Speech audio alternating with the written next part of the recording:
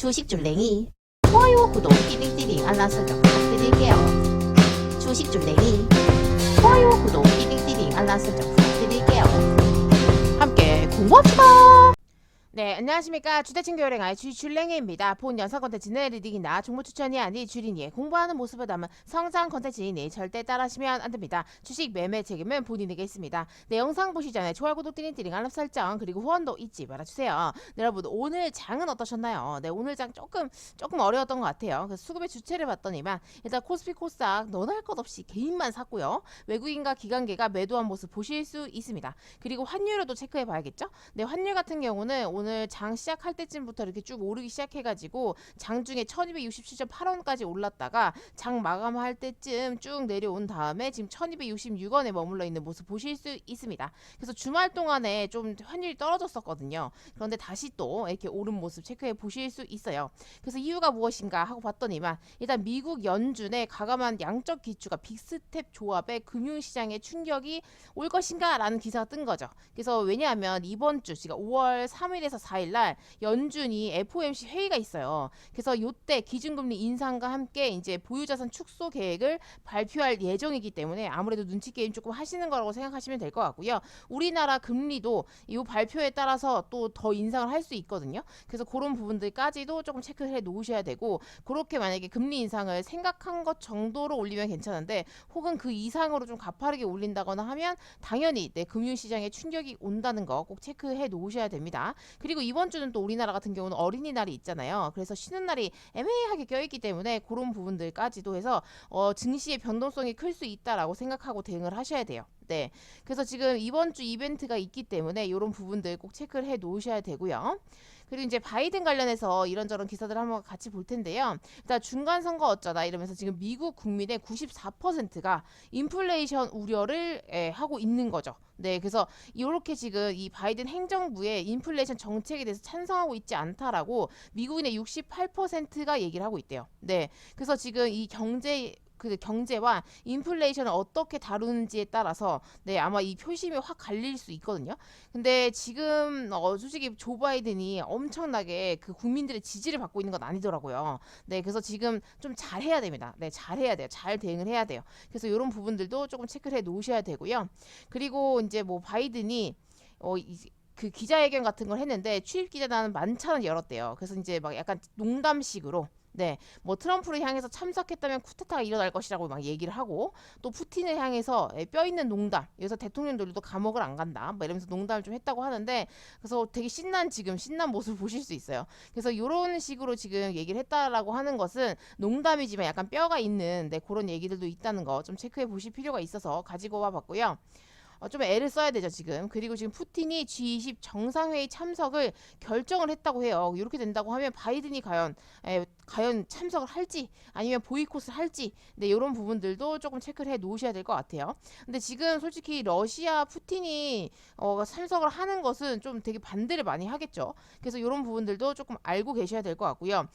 바이든이 보이콧을 하게 될지 아니면 푸틴이 참석을 못 하게 될지도 저는 조금 체크를 해 놓으셔야 된다고 생각을 합니다. 왜냐면 그 세계적인 여론이나 G20의 어떤 입장 차이를 정확하게 보실 수 있는 부분이 있을 것 같아요. 네. 그리고 나서 지금 러시아가 동부 총 공세에 임박했다 이렇게 얘기했는데, 그래서 젤렌스키 입장에서는 협상이 붕괴 직전이다. 근데 솔직히 협상은 솔직히 물 건너갔다라고 저는 솔직히 좀 보고 있고요. 그랬으면 협상을 하고 나서 좀 뭔가 더 공격을 안 하는 어떤 행태를 보여줬을 텐데 그러지 않았단 말이죠. 그래서 이런 부분들도 조금 체크를 해 놓으셔야 될 것 같아서 네, 가지고 와봤습니다.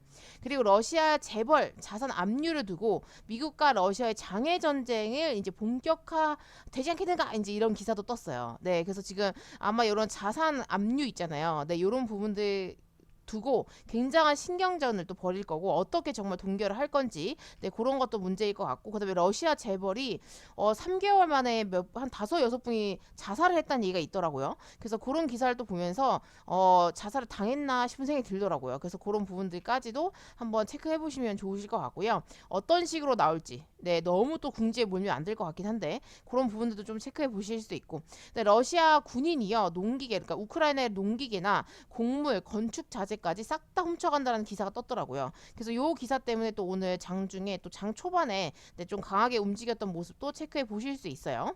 그러니까 아무래도 식량 문제가 좀 세긴 센 것 같아요. 네, 그리고 러시아 정찰기가 덴마크와 스웨덴 영공을 침범했다고 합니다. 그래서 이제 대사들은 당연히 조치를 취해야죠. 네, 왜 영공을 침범하는 거야? 왜 우리 영공을 침범하는 거야? 이제 이렇게 생각할 거 아닙니까? 근데 침범하는 이유는 알려져 있지 않대요. 네, 솔직히 이런 부분은 조금 위험하다는 생각이 듭니다. 네, 약간 정찰하러 가는 느낌도 있잖아요. 어떤가? 덴마크와 스웨덴의 영공 밑은 어떤가? 이러면서 한번 보는 걸 수도 있잖아요. 그래서 우크라이나가 끝나고 나면 어느 정도 됐다 싶으면 혹은 우크라이나에서 약간 실패를 하게 된다고 하면 여기 이런 데를 공격할 수도 있잖아요. 예, 그렇기 때문에 되게 예민하게 굴어야 되는 부분이 맞고요. 좀 조심해야 되죠. 그리고 나서 이것도 공개했대요. 러시아가 핵미사일 시뮬레이션을 네, 공개를 했는데 런던과 파리를 타격하는 그런 시뮬레이션을 네, 그 영상을 공개해서 굉장히 논란이 되고 있대요. 그러니까 약간 저는 위협을 하는 거라고 생각해요. 방금 앞전에 읽어드린 요 정찰기가 덴마크와 스웨덴의 영공을 침범했던 것도 그렇고 이런 식으로 런던과 파리를 네, 시뮬레이션을 막 하면서 핵미사일을 이렇게 날릴 수 있다라는 것을 약간 계속 직간접적으로 계속 이렇게 어필을 하는 게 아닌가. 잘해라 이거죠. 아니 까딱 잘못하다 진짜 미사일 쏜다 막 이런 느낌이에요. 그래서 이런 부분들도 조금 알고 계셔야 되고 아직 전쟁이 진짜 끝나지 않았고 러시아가 어떻게 움직일지 잘 모르겠어요. 전쟁을 또 우리 안 할 거라고 생각했는데 전쟁을 해버렸기 때문에 핵미사일도 안 쏘겠지 했는데 진짜 만약에 궁지에 몰리거나 그러면 쏠 수 있죠. 뭐 전쟁도 했는데 핵미사일이 뭐가 문제야 이러면서 할 수 있기 때문에 그런 부분들도 충분히 생각을 해 놓으셔야 됩니다. 그리고 이제 바이든이 원래 그 반도체가 굉장히 중요하다면서 막 강조를 했었잖아요. 그래서 이번에 5월 달에 우리나라 방문을 할 때, 네, 방한을 할 때 삼성 반도체 공장을 방문하나 라면서 이제 기대감이 좀 있어요. 그래서 요것도 조금 체크를 해 놓으셔야 될 것 같고, 그럼 반도체 관련주들도 좀 움직일지 아니면 자리를 좀 만들고 있는지도 공부를 조금 미리 해 놓으시면 좋으실 것 같아요. 그리고 이제 중국 관련해가지고 네, 기사를 조금 봐야 될 텐데 중국 같은 경우는 지금 베이징 봉쇄 확대냐 진정이냐 뭐 이러면서 지금 얘기가 나오고 있고 노동절 연휴가 고비다라고 지금 기사가 떴는데 노동절 연휴는 솔직히 못 가는 거라고 생각해요. 봉쇄를 했기 때문에 다른 데로 절대 못 움직이게 할 것 같고요. 이런 부분들을 일단 알고 계셔야 될 것 같고 아마 근데 국민들이 굉장히 반발이 심할 것 같아요. 그래서 이제 보시면 베이지 신규 감염자들 감소를 했대요. 네, 그리고 상하이는 사흘째 이제 사행연 제로 코로나 뭐 이렇게 해가지고 지금 얘기가 나오고 있는데 이 폐쇄 지역 외에서 신규 감염자가 나오지 않는 그래서 사회면 제로 코로나라고 얘기를 하고 있는데 그거 지금 사흘 동안 이어지고 있다고 합니다. 그래서 지금 조금 잡히는 것처럼 보이고 있어요. 그래서 이 상태에서 이제 계속 쭉 지속이 되면서 쭉 떨어질지 아니면 다시 또 뭐 어떠한 사회에서 다시 올라갈지는 잘 지켜봐야 될 것 같고요. 그 중국 정부 입장에서는 확실히 제로 코로나를 이미 시작한 거고 또 국민들의 반발이 이미 좀 있어도 어쨌든 억제를 하고 있기 때문에 이대로 끌고 가지 않을까라는 생각이 들거든요. 그래서 그런 부분들도 조금 체크해 놓으시면 될 것 같아요.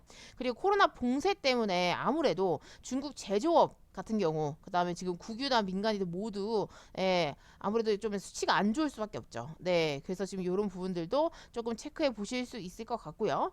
약간 확실히 영향이 가겠구나라는 생각이 들었어요. 네, 봉쇄를 하면서 많은 것들이 스톱됐기 때문에 네, 그래서 이제 다시 또 만약에 이렇게 잡혀가면 확진자 수가 현저히 이렇게 감소세에 들어들면 약간 조업 재개나 기업 이런 것들이 이제 슬슬 또 움직이지 않을까라고 얘기를 하고 있고요. 어떤 식으로 조금씩 풀어줄지도 잘 지켜봐야 될 것 같고요. 어쨌든 일을 해야지 봉쇄가 조금씩 풀리면서 다시 정상화를 할 거 아니에요. 그래서 그런 부분들도 계속 폐쇄를만 하지 않을 테니까 어떤 식으로 또 움직여 줄지를 우리는 좀 지켜봐야 될 것으로 봐집니다. 그리고 우리나라 코로나 확진자 수가 엄청 떨어졌어요. 지금 2만 명대로 떨어졌기 때문에 거의 뭐 잡혔다 이제 이런 식으로 보고 있는 것도 있고요. 그리고 이제 실외 마스크 오늘 노 마스크 첫날인데 신규 확진자가 어쨌든 2만 명 아래로 2만 명대로 떨어진 것 자체가 조금 되게 좋다. 이제 이렇게 보실 수 있을 것 같고요. 그리고 우리나라 같은 경우는 지금 보시면 실외 마스크 해제 첫날 의협 물리적인 거리 확보 그다음에 고위험군이 이제 착용을 해야 된다. 고위험군은 실외에서도 마스크를 착용해야죠. 어쨌든 자기를 지킬 수 있는 방법이기 때문에 마스크를 꼭 착용하셔야 돼요. 누군가가 코로나 감염자가 내 옆을 지나가다가 내가 감염되면 내가 이제 문제가 생기잖아요. 그렇기 때문에 이런 부분들은 조금 조심하셔야 돼요. 그래서 저는 밖에 나갈 때 꼭 마스크를 써야 돼요. 왜냐면 임신 중이기 때문에 어쩔 수 없습니다. 저랑 아기를 지켜야죠. 그쵸? 그래서 여러분들도 조심하셨으면 좋겠어요. 그래서 그런 부분들 꼭 체크해 놓으시면 좋을 것 같고요. 코스피 같은 경우는 마이너스 0.28% 하락을 했고요. 2687.45포인트로 장을 마감하신 거 보실 수 있죠. 그래서 얘도 지금 보시면 일단 여기서 바닥을 조금 그래도 이 바닥을 깨지 않는 선상에서 움직여서 진짜 다행이라는 생각이 들었고요. 여기서 이렇게 하락하는 추세가 있었는데 요거를 살짝 뚫어 올렸다가 다시 밀려가지고 내려왔었거든요. 근데 오늘 이렇게 조금 맞물려 있는 상태로 지금 머물러 있어요. 그래서 여기를 이렇게 위로 뚫어줄지 아니면 뭐 5월달에 좀 쉬는 것도 있고 FOMC 이런 것도 있기 때문에 여기서 이렇게 밀어서 이게 아래 하단부들 깰지 이런 것도 좀 지켜보셔야 될 것 같고, 근데 긍정적인 것보다 약간 안 좋게 보시는 게 훨씬 더 계좌를 지키실 수 있을 것 같아요.